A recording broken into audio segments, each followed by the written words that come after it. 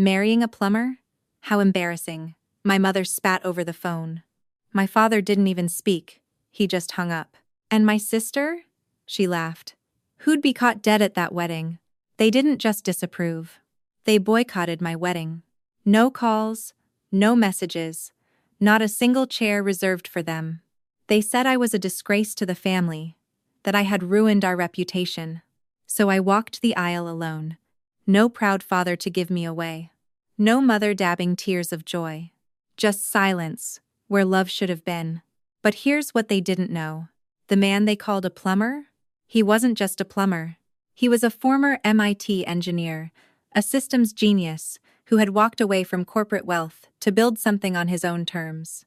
And just weeks after our wedding, his name and our wedding aired on national television. 110 missed calls. All from the people who said I wasn't worth their time. Now they were begging for mine. If you've ever been underestimated, shamed for who you love, or cast aside by the very people who should support you most, stay with me. Because by the end of this story, you'll see how one choice, one person, and one powerful truth can turn shame into pride and silence into panic. This isn't just a story about love. It's a story about revenge. The kind of revenge that doesn't raise its voice, but rises above. Now, let me take you back to where it all began. Grace Turner was 32 years old, a senior financial advisor at a respected mid-sized firm in Boston. She lived in a modest but elegant apartment in Cambridge, paid off entirely through her own hard work. Grace had always carried herself with quiet dignity, preferring books to small talk and substance over show. Raised in one of Connecticut's most prominent families, she had long since learned that her values didn't align with the ones she was brought up to worship. Her parents, William and Margaret Turner, were social fixtures deeply entrenched in the rituals of upper-class appearance, where nameplates on charity walls meant more than warmth at the dinner table.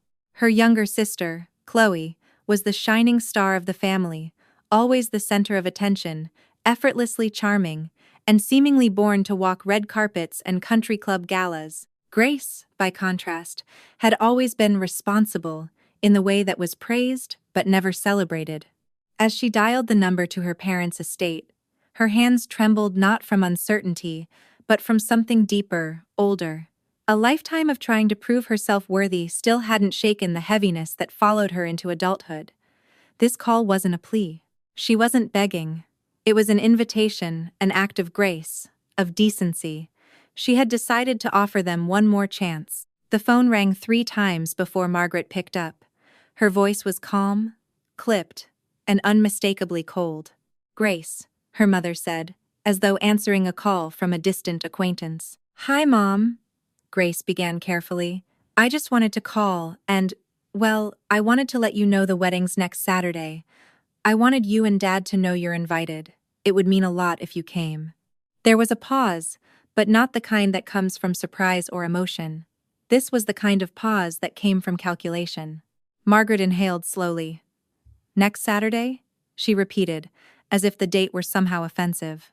"Yes," Grace said, more firmly now. "At Riverside Gardens. It's going to be a small ceremony, just a few friends and, well, hopefully family." That's when the tone shifted. Margaret's voice sharpened. "You're really going through with this? With him?" she asked, the word him carrying a disdain that made Grace's stomach tighten. Grace stayed calm. "Yes, with Daniel." A scoff. That unmistakable sound of judgment dressed as surprise. "Grace, marrying a plumber? Honestly, what do you expect us to do? Smile and pretend you're not dragging the Turner name through the mud? I mean, really, how embarrassing." Grace closed her eyes, steadying herself. "Daniel is a good man. He's kind, smart, and he treats me with respect." "I'm sure he fixes pipes beautifully," Margaret retorted. "But we won't be parading around in some garden wedding pretending this isn't a complete disaster." Grace didn't respond to the insult. She'd expected this, hadn't she? At that moment, another voice joined in from the background. Chloe, laughing. "Oh my God," Chloe said, loud enough to be heard through the line. "Who'd be caught dead at that wedding? Seriously." Grace's heart clenched, Not because it hurt in a new way, but because it hurt in the same old way. The way it always had. Dismissal, dressed up as family tradition. She took a breath. "Okay," she said quietly. "I understand. I just wanted to give you the chance." Before she could finish, she heard her father's voice in the distance. "Who is it?" "Your daughter," Margaret said coolly, "inviting us to her Plumber wedding." There was no response from him. No defense. No question. Just silence. Grace hung up. She didn't cry immediately. She just sat still, the weight of the call settling in her chest like a familiar stone. It was one thing to suspect you didn't matter to the people who raised you. It was another to hear them confirm it, without hesitation. That night, as she finalized the last details of the wedding guest list with her best friend Lena, she quietly removed 3 names. Margaret Turner, William Turner, Chloe Turner. She stared at the blank lines where their names used to be. She didn't delete them in anger. She simply let them go. The day of the wedding arrived with a soft, golden light filtering through the trees. The garden was in full bloom. White folding chairs lined either side of a delicate aisle draped in wildflowers. Guests whispered in anticipation, a gentle hum of warmth and love. 3 chairs in the front row remained empty. Grace stood behind the pavilion door, dressed in a simple ivory gown, her hair pinned with pearls. She could hear the music start, the soft swell of strings that had always made her imagine a different day, a different family. But today was real. Today was hers. And as the doors opened, and every eye turned toward her, Grace walked down the aisle alone. No father on her arm. No mother waiting with a tearful smile. No sister fussing with the train of her dress. Just her, walking into her new life, with the strength she had built from every moment they tried to tear her down. And still, she smiled. Because this was no longer about what they thought of her. It was about what she had finally learned to think of herself. Grace Turner had always understood what it meant to be a Turner. At 30 years old, she had spent a lifetime watching her last name open doors for everyone except herself. To the outside world, the Turners were more than a family. They were an institution. Their estate, nestled in the leafy hills of Greenwich, Connecticut, was as polished and impenetrable as their reputation. Grace was the eldest daughter of William and Margaret Turner, pillars of high society. William, with his silver hair and perfectly tailored suits, was the head of Turner Properties, a real estate empire stretching from Connecticut to Manhattan. Margaret, always poised with pearls and pressed silk blouses, chaired one of New England's most prestigious philanthropic foundations. Magazines featured her annual charity galas, while William was quoted in Forbes and the Wall Street Journal on urban development trends. At Sunday services, they always sat in the front pew, whispering hellos to the mayor and the bank presidents. From the moment Grace could walk in patent leather shoes, her role was clear: uphold the Turner image. There was no space for loud laughter, messy questions, or emotional honesty. Presentation came first. Her mother's favorite phrase, "We don't air our laundry, dear. We press it," was both a warning and a way of life. And then there was Chloe. 2 years younger than Grace, Chloe was everything Margaret and William celebrated. Bright-eyed, charismatic, and effortlessly fashionable, Chloe understood the world of appearances instinctively. She twirled through ballroom fundraisers and luxury brunches with ease. At 16, she was gifted a brand new convertible because she made cheer captain. Grace, in contrast, had received a check for $50 and a reminder to be practical. "Chloe needs to be seen. You like books," her mother had said with a smile too sweet to challenge. Grace had always been bookish, quiet, and observant. She wasn't the girl who fit into designer dresses or sparkled under chandeliers. She preferred libraries to luncheons, lectures over galas, her achievements valedictorian at Street. Margaret's full scholarship to Columbia, early promotion at a private wealth management firm were met with polite nods, not celebration. Her parents rarely attended her events, citing scheduling conflicts or more strategic appearances. Family dinners were the worst. Formal affairs with rigid seating arrangements and crystal glassware, they looked like something from a lifestyle magazine. But behind the bone china and glistening silverware, was an air thick with unspoken judgment. Margaret would gently correct Grace's posture, while Chloe recounted a story about a fashion internship in Paris. William might ask Grace about work, only to cut her off with an anecdote about his own latest investment win. The words were always soft, but the message cut like ice. You don't belong in this world we built. Still, for many years, Grace tried. She bought muted dresses and memorized names of her father's associates. She stood silently beside her mother at fundraisers, smiling through the ache in her cheeks. She learned to fold her ambition into quiet efficiency, hoping one day they'd notice, hoping one day she'd be enough. But the compliments never came. Not when she graduated with honors, not when she paid off her student loans, not when she bought her first condo without asking for a dime. Grace is so responsible, Margaret would say to her friends, in that same tone people used when describing a reliable housekeeper. That's when Grace began to change. It didn't happen overnight, but sometime after 27, after another Christmas watching Chloe receive diamond earrings while she unwrapped a planner, something in her cracked quietly. The yearning to be chosen, to be seen, began to fade. She started skipping family dinners. She stopped justifying her choices.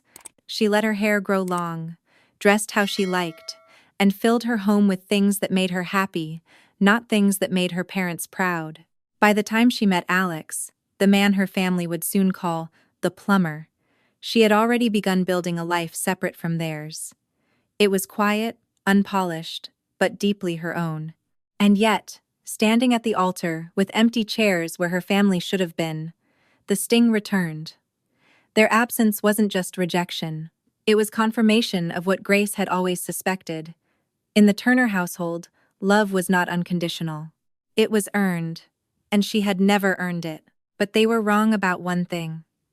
That wedding, small and simple, would become the beginning of a story no one could have predicted. And soon, the entire country would know it. Grace Turner had spent most of her adult life carefully building a quiet, independent world away from the cold corridors of her parents' mansion. She lived in a modest apartment in West Hartford, furnished not with designer couches or antique china, but with shelves of books, thrifted art, and the soft creaks of a life earned, not gifted. Her job at a mid-tier accounting firm wasn't glamorous, but she was respected, steady, and utterly self-reliant. For someone who'd grown up with staff waiting on every whim, that self-sufficiency was her proudest achievement. One unusually cold April morning, the quiet in her apartment was shattered by a gurgling, then a sharp hiss from behind the bathroom wall. By the time she reached the door, water had begun to pool across the tile and seep toward her bedroom carpet. She scrambled for towels, then her phone. The emergency plumbing service promised someone within the hour. 47 minutes later, a knock came at the door. She opened it to find a man in worn work boots, jeans, and a navy shirt with a faded Reed plumbing and heating patch stitched over his heart. He was tall, with dark blonde hair that curled slightly at the edges, and his hands large, calloused, gripped a heavy toolbox like it weighed nothing. "Daniel Reed," he said with a nod, eyes warm. "You've got yourself a full-blown leak, huh?" Grace offered a polite smile, stepping aside. "Bathroom's this way. It's been spraying like a fountain." "Don't worry," Daniel said, already rolling up his sleeves. "We'll stop the Niagara Falls situation before it hits the bedroom." He moved with quiet confidence, shutting off valves, assessing damage, wiping his hands clean between adjustments. Grace found herself watching, not just with gratitude but a strange curiosity. He wasn't flustered, didn't grunt or swear under his breath. He whistled lightly while he worked. There was a calm about him that didn't match the stereotype she expected. When he finished, he stood up, brushing dust from his jeans. "You're all set for now. But this building's got pipes older than your thermostat. I'd get the whole thing inspected if I were you." She chuckled. "You make it sound so urgent." He grinned. "Plumbing emergencies don't RSVP. They just show up." There was a pause. Then Grace asked, almost without thinking, "Would you like some coffee?" Daniel blinked, slightly surprised, then nodded. "If it's not too much trouble." They sat at her small kitchen table, steam rising between chipped mugs. She learned he lived just across town, had taken over his late father's business, and liked working with his hands. He spoke of plumbing with surprising insight, likening it to a system of trust. Everything flows right when every connection is honest. His words lingered with her long after he left. The next day, a thank you text turned into a conversation about books. Daniel mentioned he was rereading Zen and the Art of Motorcycle Maintenance. Grace sent back a quote from the book. He replied with another. And just like that, something unspoken shifted between them. Their first date was a quiet walk in Elizabeth Park. Daniel wore the same work boots and brought her a small bunch of wildflowers he picked along the way. They wandered between gardens and talked about their favorite books, their childhoods, the people they used to be. What struck Grace wasn't just how smart he was, it was how present. Daniel didn't perform, didn't impress for the sake of it. He listened, really listened.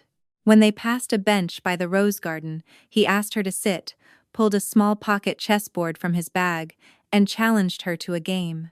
They went on dates that weren't Instagram-worthy but felt real. Farmers markets, used bookstores, takeout eaten on park benches.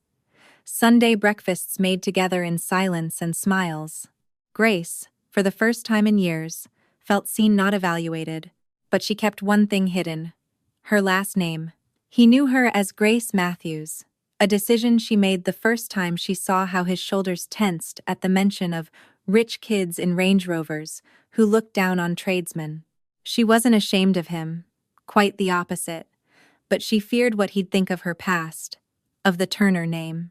Still, it didn't stop her from falling, and it didn't stop him from showing up every morning with coffee, fixing her bookshelf when it tilted, or asking about her day like it mattered more than anything else.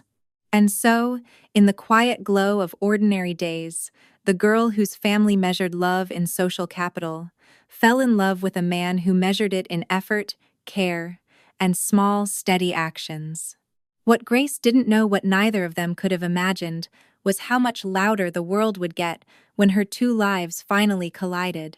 3 months into their relationship, Grace knew it was time. She had delayed it long enough. It was time for Daniel to meet her family. He didn't pressure her, never asked why he hadn't yet been introduced to the parents. But Grace saw the way his eyes lingered when he noticed framed photos at her place. Black tie galas, holiday dinners in large rooms with gold-plated chandeliers. He knew she came from a different world. What he didn't know was just how little that world had ever made room for her, or for anyone like him.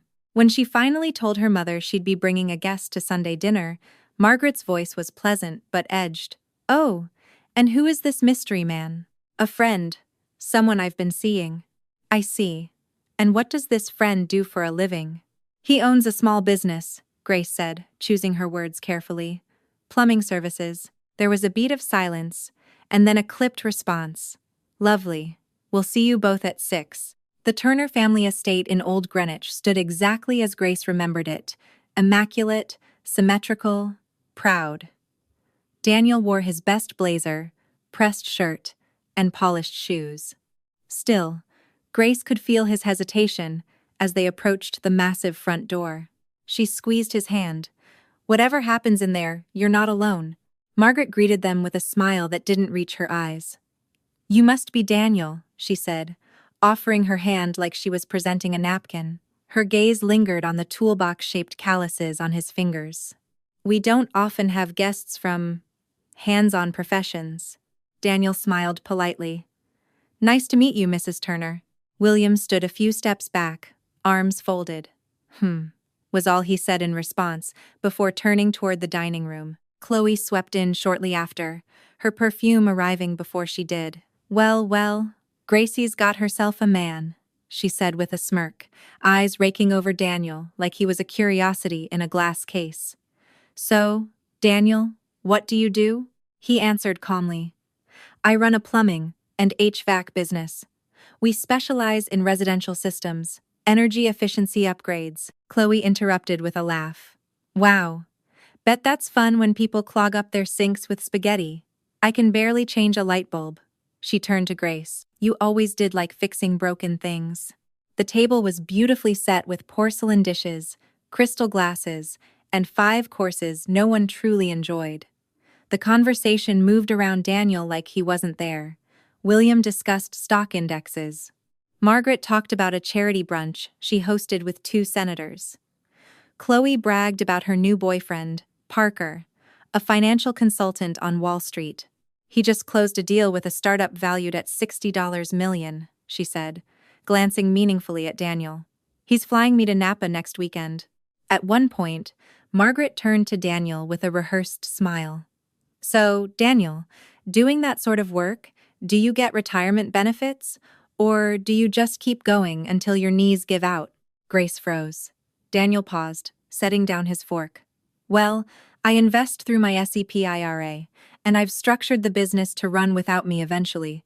I believe in long-term planning. Margaret blinked. How pragmatic of you. William said nothing the entire evening. Not a word, not a look, just silence. By dessert, Grace's throat felt tight.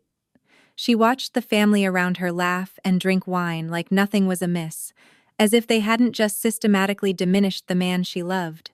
Daniel never raised his voice, never let the digs land.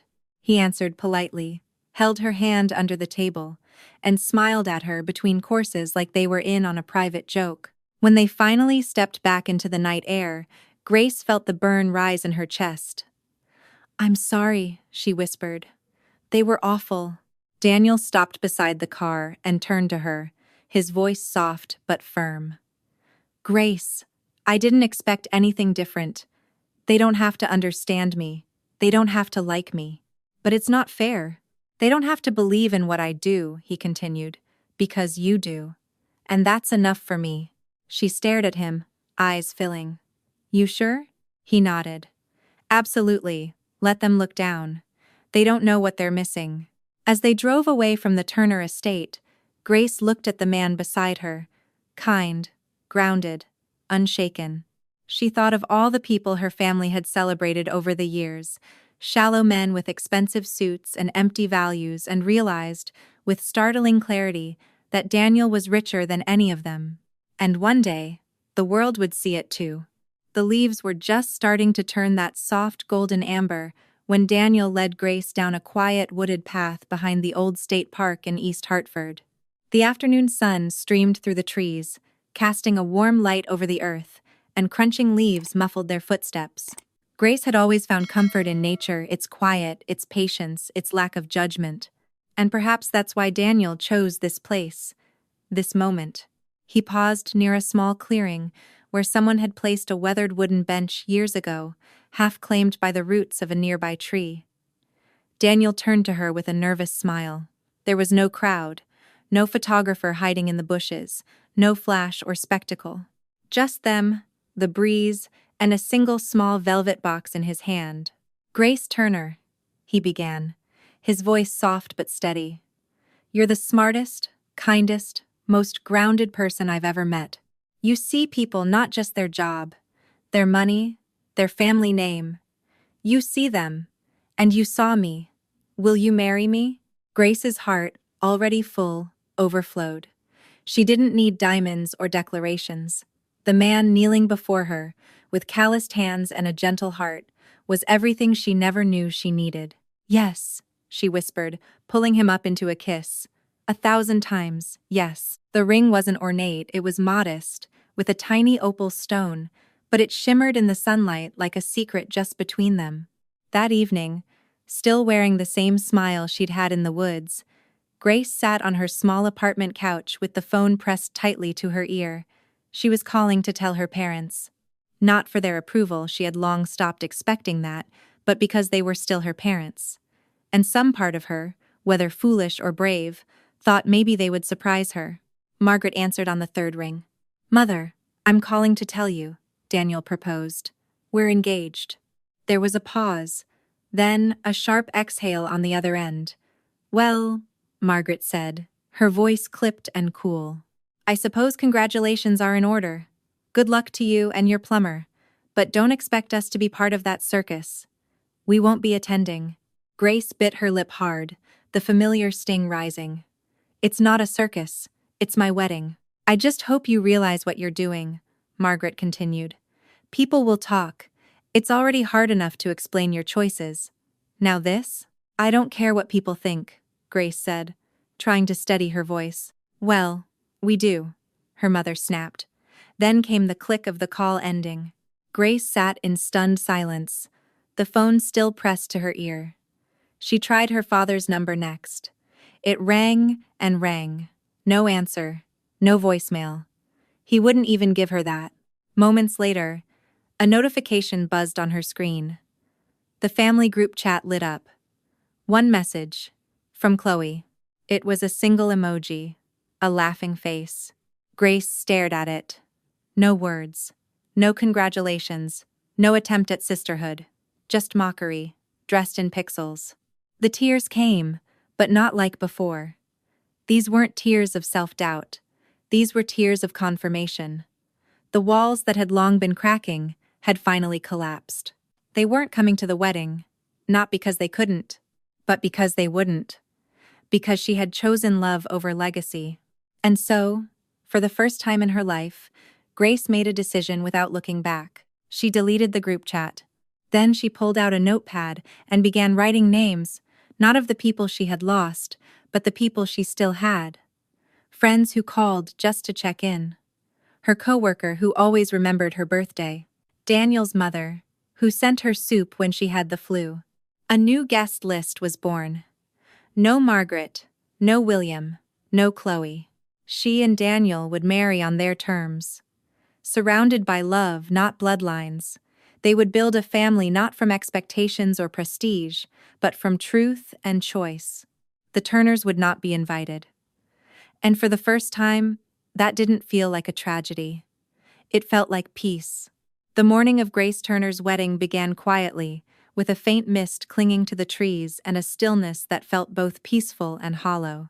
She sat by the window of a modest rental cottage near the garden venue, staring out at the autumn leaves as they trembled in the breeze. Her wedding gown hung nearby simple ivory chiffon, no embroidery, no glitter, just soft, flowing fabric and lace along the edges, chosen not for spectacle but for sincerity. There were no stylists bustling around her, no flurry of champagne glasses or family laughter. It was just Grace, alone with her thoughts. Lena, her best friend since college, arrived with a warm hug and a bag of bagels.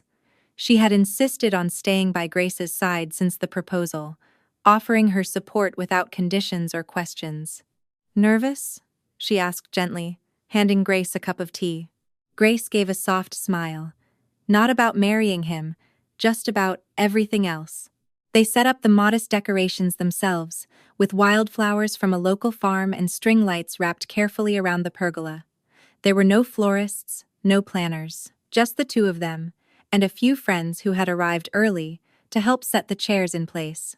A row of seats was reserved at the front, each one bearing a crisp white sign. Mother of the bride, father of the bride, sister, all left empty. Grace didn't cry. She had done all her crying months ago, after her family disowned her engagement and cut her off like an embarrassment. Today wasn't for them, it was for her and Daniel. Daniel was waiting beneath the pergola, in a navy suit and silver tie, his hands clasped in front of him. He looked calm, even joyful, as if no void could reach him today. Grace peeked out from behind the curtain of trees, taking a deep breath. Then came the sound of hurried footsteps behind her. Grace?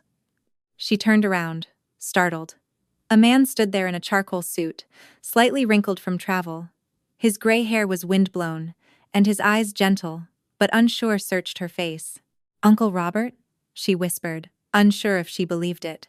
I know I wasn't invited, he said, catching his breath. But when your father told me he wasn't coming, I couldn't let you walk down the aisle alone. Grace froze. She hadn't seen her father's younger brother in years.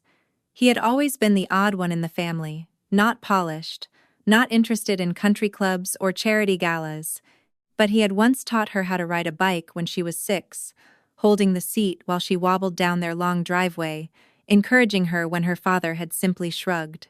You came all this way? She asked, voice trembling. I took the first train I could, he said. If that offer still stands, I'd be honored to walk you down the aisle." Tears pricked at her eyes, and for the first time that day, they didn't fall from sadness. She nodded. "I'd love that." As the music began, just a soft violin from a friend of Lena's Grace took her uncle's arm. The moment she stepped into the aisle, the scattered guests stood, turning to see her. Some were friends, others co-workers, neighbors, even a few of Daniel's clients. People who had chosen to be there, not out of obligation, but care. Each step toward Daniel felt lighter than the last. Daniel's face lit up when he saw her. Not in awe of the dress or the moment, but of her. She saw it in his eyes. Admiration, gratitude, love. The kind of look she'd never seen from her own parents. When she reached him, Uncle Robert gently placed her hand into Daniel's. "Take good care of her," he said softly. Daniel nodded. "With everything I have." The ceremony began under the rustling canopy of trees. The officiant, a retired schoolteacher who had known Grace since childhood, spoke warmly of commitment and resilience. Then came the vows. Daniel took her hands and looked her in the eye. His voice was steady, though his hands trembled just slightly. "I promise to love you not just for who you are today, but for every version of you that will grow in the years ahead. I promise to support your dreams, to speak gently even when I'm angry, and to never let a single day go by without reminding you that you are enough." Grace's breath caught in her throat. She managed to return her vows with equal honesty, no rehearsed lines, just the truth of what they had built together. When the officiant pronounced them husband and wife, there were cheers, small but real. They kissed beneath a sky, just beginning to turn gold with the afternoon sun. Later, as they posed for a photo with their closest friends gathered around them and wildflowers in their hands, Grace leaned into Daniel's shoulder.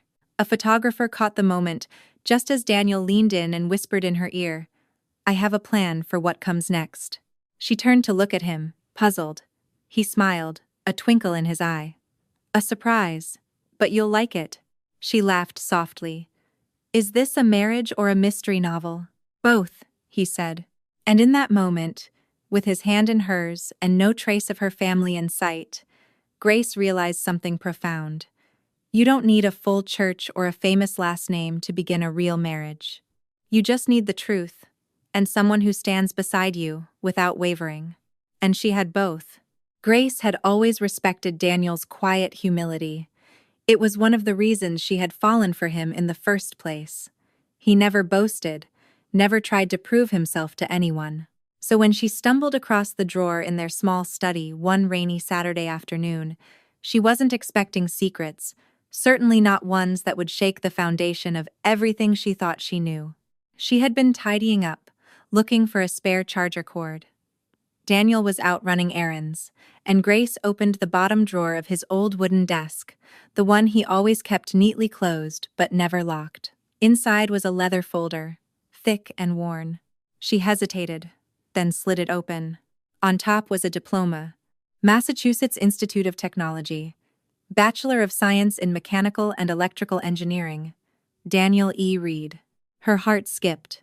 Beneath it were several neatly labeled documents, U.S. Patent Office approvals, diagrams of a system labeled Hydrogrid with dense technical annotations she couldn't entirely follow. Several pages of email correspondences with people from firms like Summit Ridge Ventures and Altwell Capital, names she'd heard on Bloomberg. Investors. Grace sat down, stunned. Daniel, an MIT engineer, a man with active patents, talking to venture capital firms.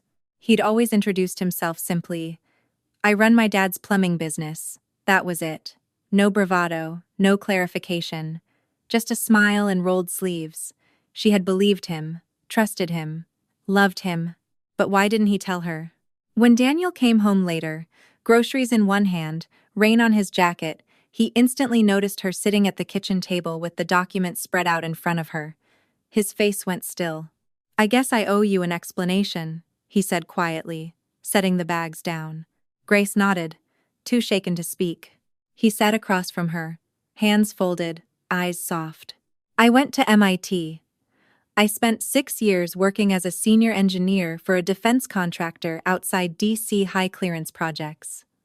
Long hours. Long shadows. I was good at it. He paused, studying her reaction. When my dad had a heart attack, I came home to help with the business. Planned to stay 6 months. That was 4 years ago. Grace's voice was quiet. And hydrogrid? He smiled faintly. Something I started sketching out in DC, but only built seriously once I came back. A modular water conservation system, smart tech meets plumbing infrastructure. I've been testing it in a few homes, building it in between service calls. You're not just a plumber, she whispered, not accusingly, but as if confirming it to herself. No, he agreed. But I am a plumber. I just didn't think that mattered, not at first. I liked that you saw me for who I was, that you didn't need the resume, the degrees, the startup. I didn't want to lead with all this because, well, frankly, because people do exactly what your family did. They see a title, not a man. Her throat tightened. So you just never planned to tell me? He exhaled. I planned to, yes. I just didn't want it to feel like a sales pitch. And there was another reason. Daniel reached into the folder and pulled out an older printout of an email. Something she hadn't seen yet. He slid it across the table. It was a message exchange. From Margaret Turner. Subject line, Prospective Young Men. Chloe's List. Dated nearly 2 years before Grace met Daniel. She scanned it. Her mother had been coordinating introductions for Chloe, her golden child sister, with acceptable young men from respected families. Someone had floated Daniel's name, noting his education. But Margaret's reply was as sharp as it was damning. MIT is impressive, but he runs a plumbing company now. Not our kind of people. Let's keep looking. Grace's hand trembled. You were almost considered for Chloe? Daniel gave a small, ironic smile. Isn't that something? Your mother and sister knew who I was. They knew I had credentials. But because I was living in jeans and fixing broken sinks, I wasn't good enough. And then I brought you to dinner. And they didn't even recognize you. He nodded. Exactly. I knew your last name, Grace. When we started getting serious, I put it together. But I didn't say anything because I wanted you to choose me, not the version of me your family might approve of. Tears gathered in the corners of her eyes. And I did. He reached across the table and took her hand gently. That's all that matters. I didn't choose their approval. I chose you. And if I have to, I'll keep choosing you every day. Grace leaned forward, resting her forehead against his. The shame, the dismissal, the loneliness she'd carried from her family's rejection, it melted in that moment, replaced by something far more powerful, pride. Not in Daniel's degrees, or his startup potential, but in his courage, his values, his quiet refusal to let anyone else define his worth. They had tried to discard him, tried to discard her, but love, when built on truth and respect, has a gravity all its own. And now she knew they hadn't just underestimated Daniel. They had underestimated her too. And they were about to see just how wrong they'd been. For weeks after their quiet wedding, Grace and Daniel settled into married life with calm determination. They had no lavish honeymoon, no gifts from family, no proud toast from the bride's father. But what they did have each other, shared dinners, late-night laughter, and quiet mornings, was more real than anything Grace had known growing up in the Turner household. One crisp Thursday morning, Grace woke to find Daniel standing in the kitchen, dressed in a dark blue suit she had never seen before. His usual work boots were replaced by polished brown Oxfords, and instead of his embroidered Wilson plumbing shirt, he wore a sleek, minimal name badge that simply read, Daniel Reed, founder and CEO, Aquaview Systems. You're up early, she said, rubbing sleep from her eyes. He smiled as he handed her a mug of coffee. Today's the Urban Sustainability Summit. Remember? Grace blinked. The one in DC? Daniel nodded. They bumped my panel to main stage. National coverage. She sat upright. National? Like TV? He grinned. CBS, NBC, even a spot on CNN's innovation feature. Apparently, water is suddenly sexy. That afternoon, As Grace sat on the living room couch, flipping between news channels, her heart thudded when Daniel appeared on screen. The headline read, MIT engineer turned plumber now leading U.S. water innovation. The broadcast cut to Daniel, standing at a podium at the National Conference on Sustainable Infrastructure. Behind him was a digital rendering of the Aquaview system, a sleek, smart grid that promised to reduce residential water usage by 60% while preserving natural flow pressure and functionality. Growing up, I watched my father fix broken pipes in homes that hadn't seen repairmen in decades, Daniel said, voice clear, steady. I realized America's water problem isn't just technical, it's human. Aquaview isn't just about saving water, it's about restoring dignity to everyday infrastructure. Applause erupted. The camera panned to senators, corporate executives, environmental advocates, every one of them nodding in admiration. Then came the segment's climax. The anchor's voice softened as she introduced a photo. And behind every great innovator is often a quiet love story. Daniel and his wife, Grace Reed, formerly Grace Turner, were married in a small ceremony in Massachusetts last fall. The couple declined a traditional wedding, choosing instead to celebrate with close friends. Their story has since gone viral on social media as a symbol of humility, simplicity, and values-driven living. The screen filled with a photo Grace had nearly forgotten existed.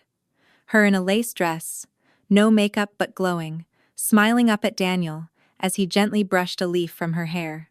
In the background were mason jars of wildflowers and fairy lights strung across old oak beams. Grace stared at the screen, stunned. The image lingered for only seconds, but those seconds changed everything. When she finally picked up her phone, it was buzzing like a hive. The lock screen showed 110 missed calls. Every single one was from Turner family members. There were voicemails first hesitant, then frantic. Grace, it's your mother. Please call me back. We didn't realize. Then another. Sweetheart, it's Dad. We just saw the news. I think we should talk. And a message from Chloe, of all people. Okay. Maybe I was wrong. Can we please meet? I miss you. Grace opened the group chat they had ignored for months. It was now flooded with images of Daniel on TV, screenshots of headlines, and most surreal of all messages filled with sudden admiration. MIT? One read. CEO? Said another. Her mother's final message stood alone, at the bottom of the thread. We were wrong. Please let us make it right. Grace put the phone down slowly. Daniel walked in, loosening his tie. He looked at her face, then at the blinking screen, and raised an eyebrow. They saw it? He asked softly. She nodded. All of it. He shrugged, calmly. Told you the lighting at our wedding was good. But Grace didn't laugh. Not yet. Because this wasn't just about them finally seeing his success. It was about what they had been blind to before, the man he was, the husband he'd become, and the love they had dismissed, simply because it didn't fit their social blueprint. She held up her phone, displaying the call list. What now? She asked him. Daniel took the phone from her gently and set it aside. Now, he said, taking her hand. You decide whether they deserve a seat at the table they walked away from. And Grace, for the first time in her life, realized the power of having nothing to prove, only something to protect. Her marriage, her peace, her truth. It had been just over a week since Daniel's face and Grace's wedding photo had aired on national television. Since then, the world had started to shift. Investors called. Interviews were booked. The inbox was flooded with inquiries. But one unexpected knock came on a quiet Sunday morning. Grace opened the door of their apartment and saw them standing there, Margaret, William, and Chloe.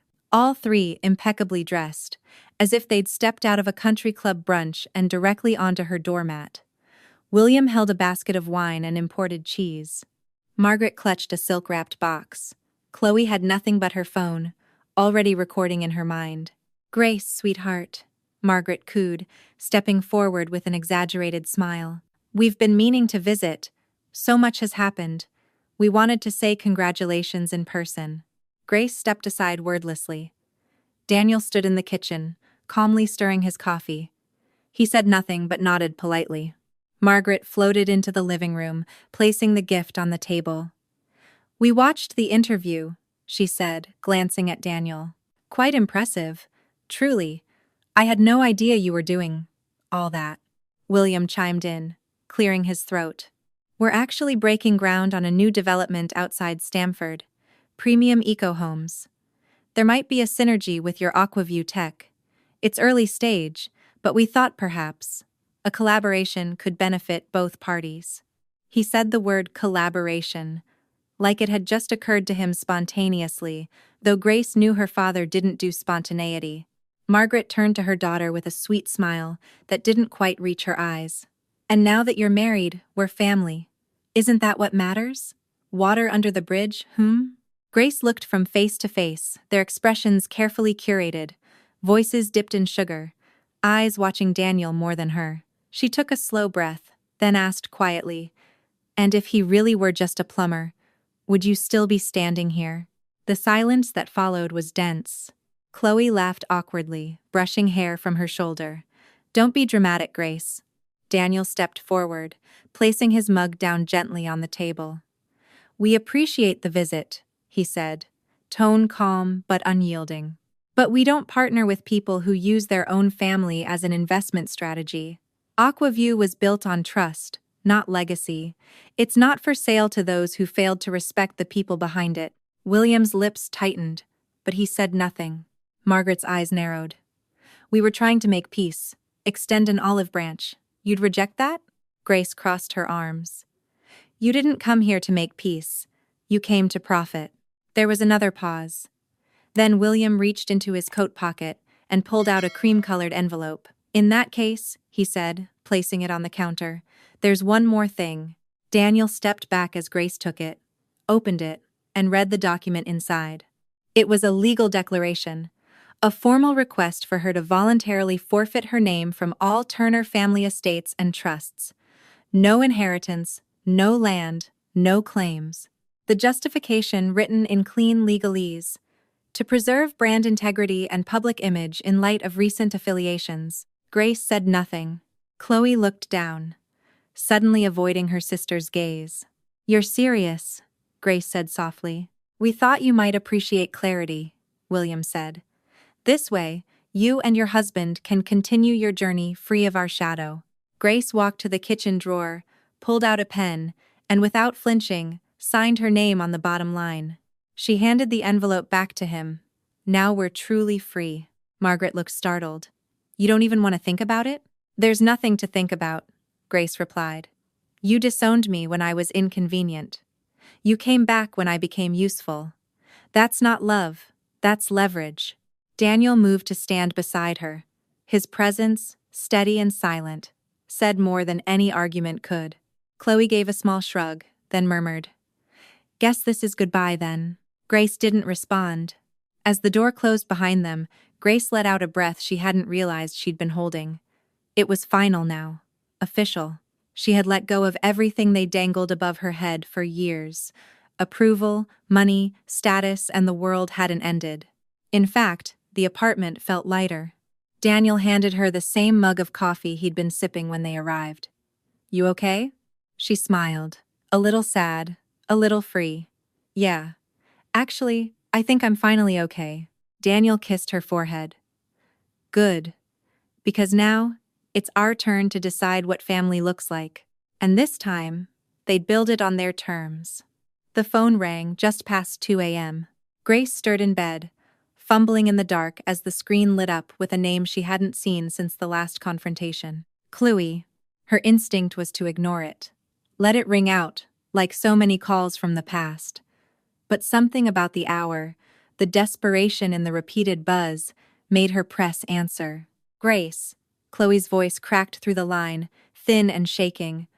I didn't know who else to call." Grace sat up, Daniel still sleeping beside her. "What happened?"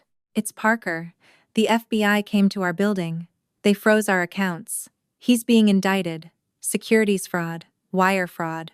I don't even understand all of it. His lawyer says he might be facing 10 years. They took our cars, Grace. The apartment lease is in his name. They said I have 72 hours to vacate." Grace listened in stunned silence. I went to Mom and Dad, Chloe whispered. They won't even let me stay at the lake house. Said it's too public, too much press. Dad said it would tarnish the family. That sounded exactly like them. I don't have anywhere to go, Chloe said. Please, I just need somewhere to think, to breathe. I didn't know who else. The voice that once sneered at Grace's pathetic wedding now sounded like a child who'd lost her footing in a storm. Grace glanced at Daniel, now awake and watching her. He didn't say anything, just gave a small, understanding nod. You can stay here, Grace said quietly. The next morning, Chloe arrived with a single suitcase and dark glasses, as if still trying to shield herself from the gaze of a world that had already turned away.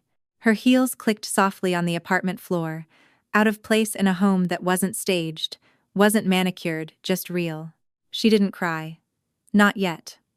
She just sat quietly at the edge of the guest room bed, while Grace poured her a glass of water. Thank you, Chloe whispered, looking down. Grace only nodded. Get some rest. For 2 days, Chloe barely spoke. She moved like a ghost, polite, quiet, unsure.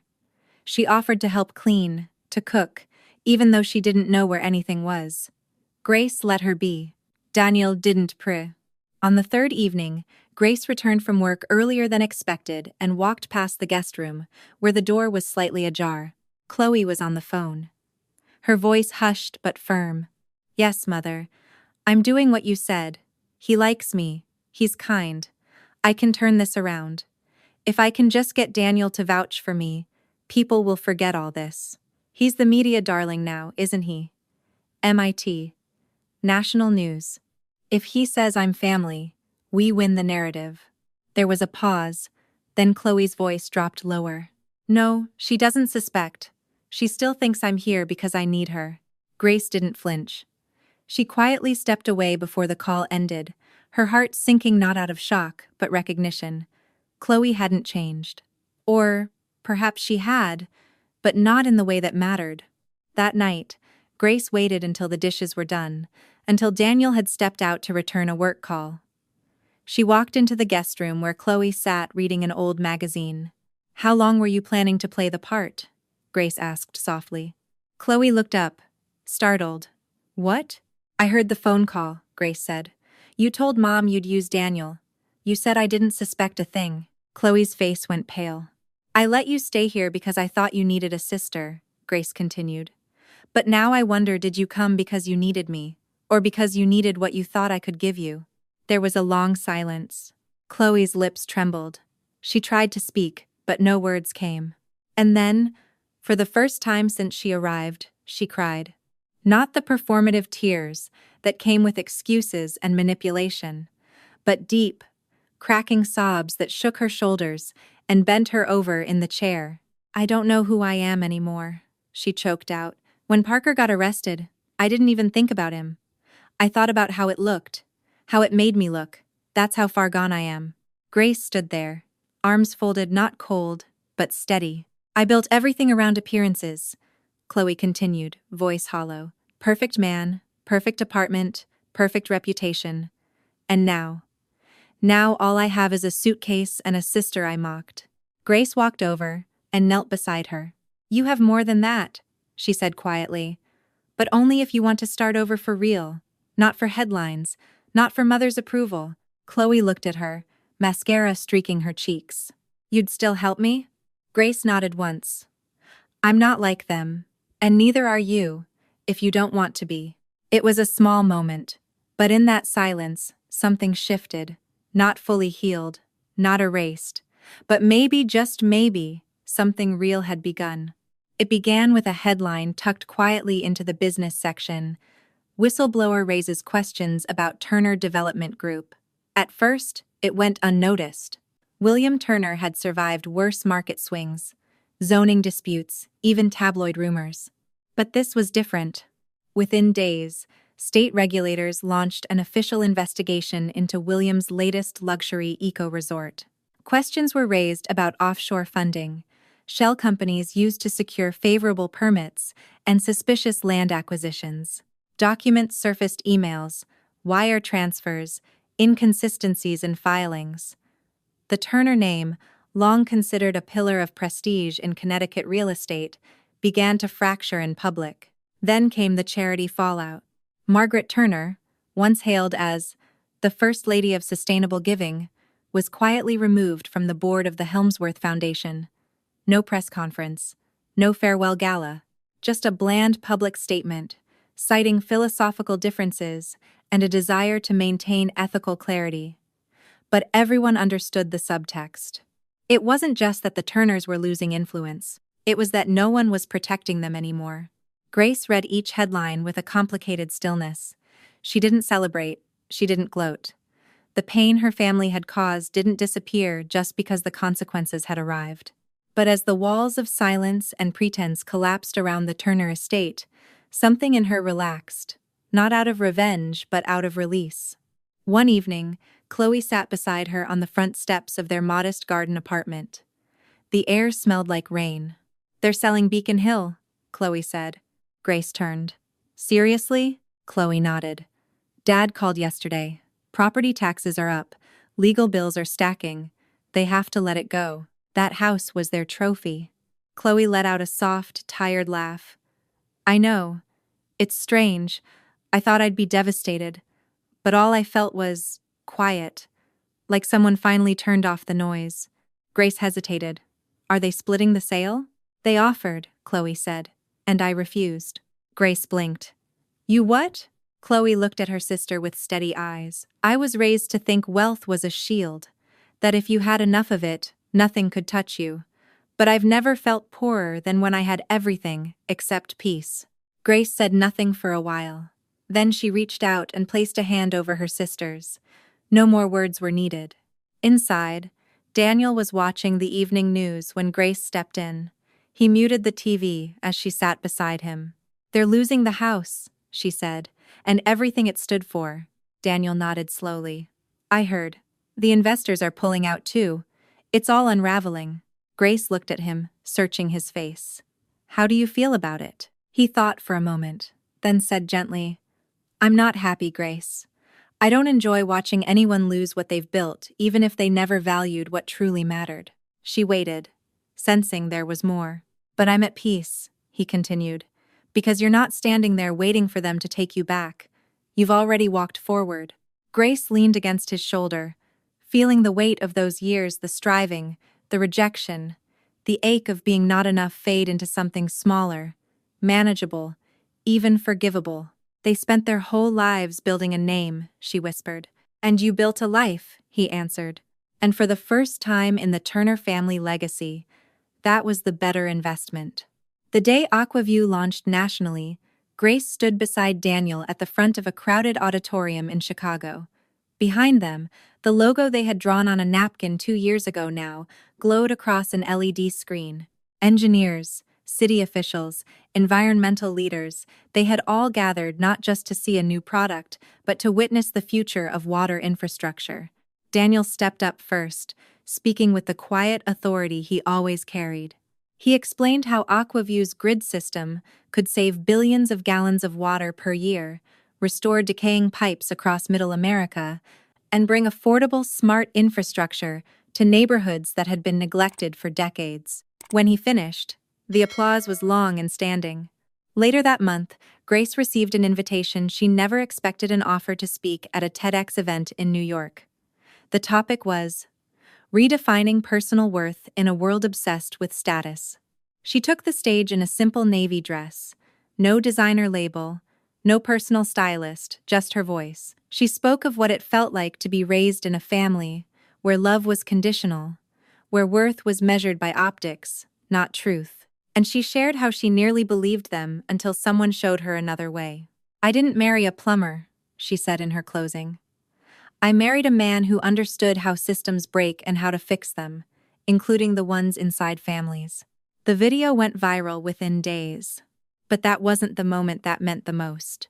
That came one quiet Sunday, when she and Daniel unveiled something small and deeply personal: a scholarship fund for low-income students pursuing engineering and technical trades. They called it the Robert Reed Foundation. When asked about the name, Grace smiled and said, Because one man showing up when it mattered changed everything. Chloe helped set up the foundation's first fundraiser. No longer the perfectly polished socialite, she had traded heels for flats, designer clutches for practical shoulder bags. She now worked as a program coordinator for a local nonprofit, helping single mothers learn job skills. Her smile had changed. It no longer asked to be admired. Their lives moved forward gently, not with the fanfare of fortune or fame, but with meaning. And then, one bright afternoon in early spring, Grace and Daniel hosted their daughter's second birthday in the backyard. Balloons, a modest cake, folding chairs on the lawn, nothing grand. Halfway through the party, a familiar car pulled up. Grace turned from the picnic table as Margaret and William stepped out slowly, dressed neatly but not extravagantly. William held a box wrapped in recycled paper. Margaret carried a children's book. For a moment, no one spoke. Then William said, "We don't expect anything, Grace. But we wanted to be here, if that's okay." Grace studied their faces. There was still pride there, yes, but dulled, quieter, like something had softened that once refused to bend. They approached slowly. Margaret knelt beside her granddaughter, who clutched a toy screwdriver and wore a plastic hard hat. The child giggled. William smiled. Later, as the cake was being passed around, Margaret stood beside Grace and said, almost in a whisper, "We're proud of you, Grace. Both of you." Grace looked at her mother for a long moment. She didn't feel anger. She didn't feel triumph. Just peace. She gave a small smile. "Thank you," she said. Then after a pause, she added, "But the truth is, I don't need it anymore. Not out of bitterness, not as a weapon, but as a truth, earned with time." That night, after the guests had gone, and the stars blinked quietly above the house, Grace stood beside Daniel on the porch, watching their daughter chase fireflies across the grass. "This is our legacy," he said, his voice low. Grace nodded. "And this time, it's the kind we choose." So, the man once mocked for being a plumber turned out to be the one who carried the Turner name into the headlines, but not in the way they expected. And Grace, the daughter no one showed up for on her wedding day, proved that true worth isn't measured in applause or inheritance. It's in how we rise after being dismissed. It's in how we build a life, not from validation, but from values. This wasn't just a story about reputation. It was about choice. The choice to love instead of manipulate, to forgive instead of resent, to start again with nothing but your own two hands and a steady heart. If any part of this story felt familiar to you, if you've ever been underestimated, abandoned, or had to fight to define your own worth, share your story in the comments. I want to hear it. And if you believe that good people still deserve good endings, that quiet strength still matters in this loud world, subscribe to this channel. Because here, we tell stories that don't just move you, they remind you of who you are. Thank you for staying until the end. I hope you'll stay for the next journey too.